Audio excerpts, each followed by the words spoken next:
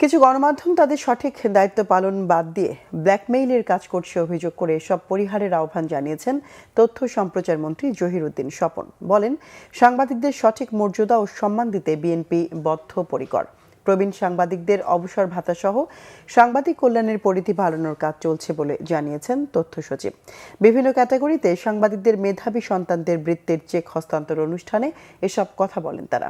বিস্তারিত মামুন আবদুল্লাহর রিপোর্টে। সাংবাদিকদের নানা সমস্যায় কাজ করে যাচ্ছে বাংলাদেশ সাংবাদিক কল্যাণ ট্রাস্ট।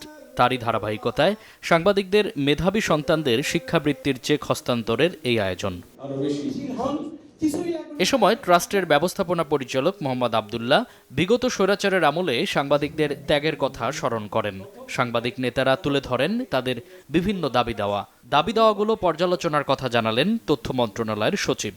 বিগত আওয়ামী লীগের ফ্যাসিবাদী শাসনের 15 বছরে পুরো গণমাধ্যমকে ধ্বংসস্তূপে পরিণত করা হয়েছে। হাজার হাজার সাংবাদিক বেকারত্বের মুখে পড়েছেন, সংবাদ মাধ্যম বন্ধ হয়ে গেছে, সাংবাদিকদের উপর নির্যাতন, হামলা, মামলা, হত্যা, প্রায় 60 জনের মতো সাংবাদিক 15 বছরে খুন হয়েছে। আমার বিশ্বাস আমরা খুব তাড়াতাড়ি অর্থ মন্ত্রণালয়ের অনুমোদন পেয়ে যাব এবং আমাদের প্রবীণ সাংবাদিকদের ভাইদের জন্য খুব শীঘ্র আমরা অবসর ভাতা দেওয়ার একটা প্রক্রিয়া শুরু করতে পারব। এ সময় ট্রাস্টের মাধ্যমে সাংবাদিকদের কল্যাণে নানা পদক্ষেপের কথা তুলে ধরেন তথ্য প্রতিমন্ত্রী। আপনারা যেভাবে আমাদের 24 আন্দোলনের নিউজ কভারেজ করেছেন, আমার মনে হয় নিউজ কভারেজটা না হলে আমরা আজকে এই সুফল, এই সুদিন দেখতে পারতাম না। কাজে আপনাদের প্রতি আমাদের দায়বদ্ধতা অনেক বেশি। তথ্যমন্ত্রী জহিরুদ্দিন স্বপন জানান, সাংবাদিকতা সম্মান ও মর্যাদার পেশা। তার মান রাখতে বর্তমান সরকার কাজ করে যাবে বলে জানান তিনি। যারা এই পেশা বেছে নেন তারা নিশ্চয়ই বিত্তবান হওয়ার জন্য বেছে নেন না, এটা অনেকটা সহজাত।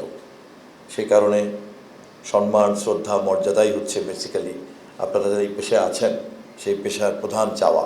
আমাদের সরকারও আমরা সেটা বুঝি। জনগণের যে তথ্য পাওয়ার অধিকার, সেই অধিকার পাওয়ার যারা দিতে চায় তাদেরকে কিভাবে সহযোগিতা করা যায়, আর যারা এই তথ্য সরবরাহের ক্ষেত্রে নানান রকম মিসইনফরমেশন, ডিসইনফরমেশন করার তৎপরতায় ব্যস্ত, অথবা এটাকে একটা ব্ল্যাকমেইলিং অথরিটি হিসাবে তৈরি করতে চায়, সেই জায়গাগুলিতেও কীভাবে মনিটর করা যায় এবং যাতে জনগণ প্রকৃত অর্থেই একটা অবাধ তথ্য প্রবাহের সেবা পেতে পারে, এটাই হবে আমাদের কাজ।